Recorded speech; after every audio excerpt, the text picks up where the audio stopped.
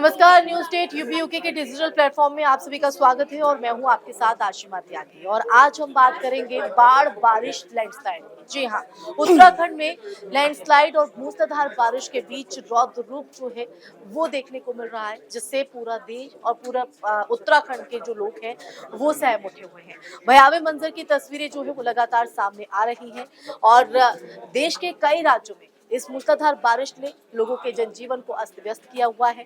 मैदानी इलाकों में जलभराव जैसी स्थिति देखी जा रही है, तो पहाड़ों में बादल फटने और लैंडस्लाइड जैसी घटनाओं ने इस वक्त हर किसी को सहमाया हुआ है। और उत्तराखंड के केदार घाटी में तो हमने तस्वीर देखी ही है। मेरे साथ मेरी सहयोगी निशा भी होंगी इस चर्चा में शामिल होने के लिए। और जो हालात इस वक्त उत्तराखंड में देखने को मिल रहे हैं, कहीं ना कहीं हमने केदार घाटी में और सोनप्रयाग में कई लोग फंसे हुए थे। अब तक 5,000 लोगों को वहां से निकाला जा चुका है, लेकिन मौसम खराब होने की वजह से रेस्क्यू को रोक दिया गया है।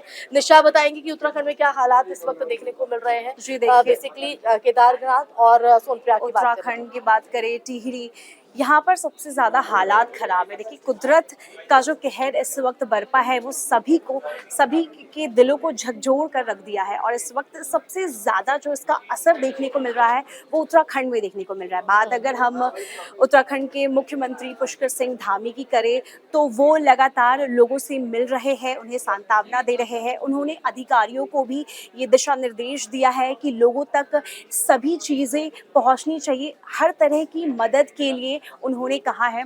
और अभी तक हेलीकॉप्टर से अगर बात किया जाए तो केदारनाथ जो लोग जा रहे थे, उन्हें 1,000 लोगों को हेलीकॉप्टर के जरिए उन्हें रेस्क्यू किया गया है। और अभी भी फिलहाल रेस्क्यू का जो अभियान है वो जारी है। उत्तराखंड के मुख्यमंत्री निशा, जी, क्या कहते हैं, अगर सुबह से हम देखें तो मौसम खराब होने की मौसम का जानकारी काफी सामने आ रही बिल्कुल है। बिल्कुल और बिल्कुल देर रात 5,000 से ज्यादा जो लोग हैं उनको अभी तक रेस्क्यू किया जा चुका है। लेकिन अगर आज के सिनेरियो की बात करें तो जो है रेस्क्यू अभियान को रोक दिया गया था खराब मौसम के चलते। तो जी। इसको लेके कोई अपडेट अभी तक सामने आया है? अभी तक ये अपडेट आया है कि 1,000 लोगों को हेलीकॉप्टर के जरिए रेस्क्यू किया गया है और ये अभियान अभी भी जारी है। और बात अगर पुष्कर सिंह धामी की करें तो उन्होंने लोगों से जाकर बातचीत की है। जो जिन लोगों के जो परिवार वाले, काफ़ी लोग अभी भी मिसिंग है यहाँ पर, उन लोगों के परिवार से मुख्यमंत्री जाकर मिले हैं, उन्हें सांत्वना भी दी है। और अगर अभी की अपडेट की बात करें तो अभी भी रेस्क्यू अभियान जारी है। बिल्कुल, तो टिहरी से लेके केदारनाथ तक हम देख रहे हैं तबाही का मंजर है। जैसे कि निशा ने भी बताया है कि खराब मौसम के चलते रेस्क्यू पर फिलहाल अभी रोक लगाई गई है, लेकिन उत्तराखंड में ये इस बार की ही स्थिति नहीं है। अगर देखा जाए तो हर बार जो है कमोबेश निशा हम देखें तो हालात जो है वो दिखाई पड़ते हैं। 2013 में भी ऐसे हालात और वही देखने को त्रासदी मिले। कहीं ना कहीं बिल्कुल बिल्कुल। घाटी में इस वक्त याद आ रही है लोगों को।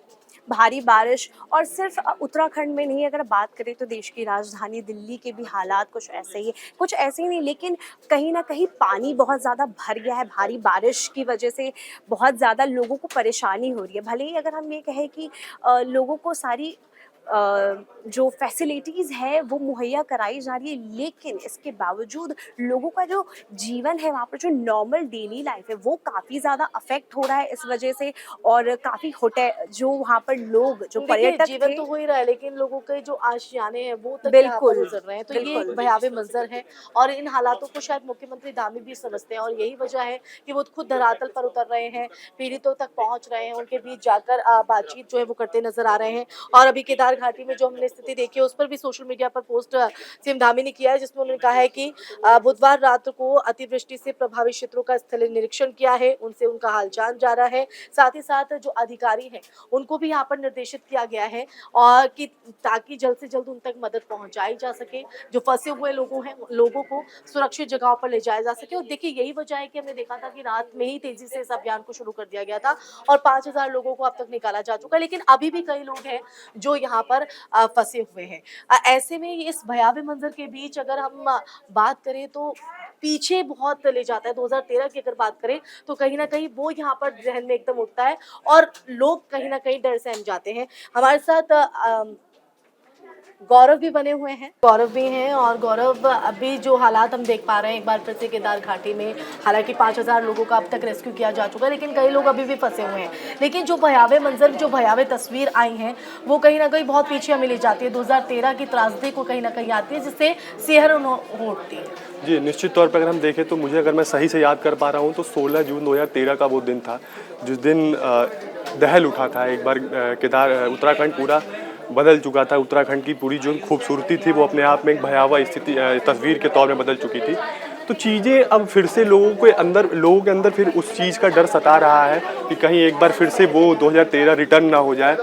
इससे लेके लोग बहुत परेशान हैं। अगर 10-12 साल पीछे की तस्वीर देखें, आखिर में वैसे तो अगर हम देखें तो हर साल बाढ़ की स्थिति उत्तराखंड में बनी रहती है, पहाड़ी एरिया है। अगर उसके हम जो प्राकृतिक रूप से अगर हम देखें तो बहुत ही कोमल जगह है उत्तराखंड। अगर आप प्राकृतिक के साथ छेड़छाड़ करेंगे तो प्रकृति आपके साथ छेड़छाड़ करेगा। बिल्कुल, मैं इसी पर ही आ रही थी गौरव कि क्या एक यही वजह है कि क्योंकि कई मौक़ों पर हम देखते हैं जो वहाँ पर साधु संत हैं वो भी इस बात को कहते हैं कि जब जब प्रकृति के साथ छेड़छाड़ हुई है तब तब प्रकृति ने वो वापस रिटर्न किया है। तो क्या उसको यही समझा जाए? इन दिनों अगर हम बात करें तो उत्तराखंड में 100 से ज़्यादा परियोजनाओं पे काम हो रहा है, जिसमें अंडर पासेस बन रही है ट्रेन के लिए।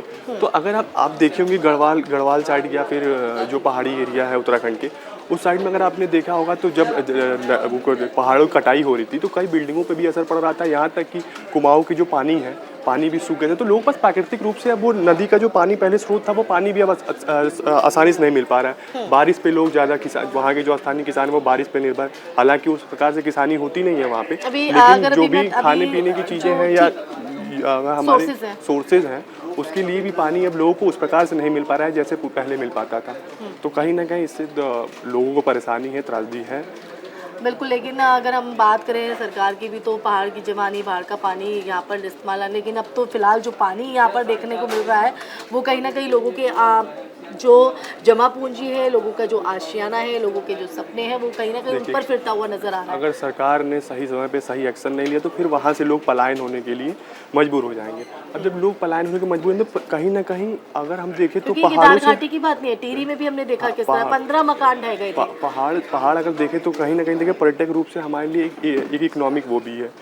तो अगर वहाँ से जब लोग ही पलायन कर जाएंगे तो फिर वहाँ टूरिस्ट जाएंगे कैसे? अगर टूरिस्ट नहीं जाएंगे तो फिर हमारी जो इकोनॉमिक एक्टिविटी है प्रदेश की, अगर हम सही से याद कर पा रहे हैं तो उत्तराखंड कहीं ना कहीं एक इकोनॉमिक एक्टिविटी उनके टूरिस्ट पर भी टिका हुआ है। तो अगर जब टूरिस्ट उस हिसाब से उत्तराखंड नहीं पहुँचेंगे तो उस पर भी प्रभाव पड़ेगा। तो जो टैक्स रेवेन्यू जो कलेक्शन है उसमें भी सरकार को कहीं ना कहीं वो करना पड़ेगा, समझौता करना पड़ेगा। तो मुझे लगता है कि समय रहते सरकार को एक अच्छा एक्शन लेना चाहिए और जो प्रकृति के साथ ऐसे छेड़छाड़ की बातें जो है, जो चीज़ें चल रही हैं उससे थोड़ी बचनी चाहिए। क्योंकि यहाँ मैंने देखा है, मैं पिछले कुछ दिनों से मैं कवर कर रहा था, मैं चीज़ें देख रहा था कि वहाँ जो परियोजनाएं चल रही है उससे न सिर्फ प्रकृति के साथ छेड़छाड़ हो रही है, उससे भी नेचर में अनबैलेंस हो रहा है, बल्कि वहाँ जो स्थानीय लोग रह रहे हैं उनके घरों में दरार आ रहा है, आए दिन लैंडस्लाइड हो रही है, आए दिन वहाँ भूकंप की ऐसी स्थिति बनी रही है। तो कहीं ना कहीं वहाँ आम जनजीवन भी त्रासदी है, आम जनजीवन भी अस्त व्यस्त हो रहा है। बिल्कुल गौरव ने बहुत अच्छी बात कही है। तो इस पर भी कहीं ना कहीं शासन को ध्यान देने की ज़रूरत है। आज की चर्चा में यही विराम लगाएंगे। क्यों गौरव, नए टॉपिक के साथ फिर हाजिर होंगे। नमस्कार।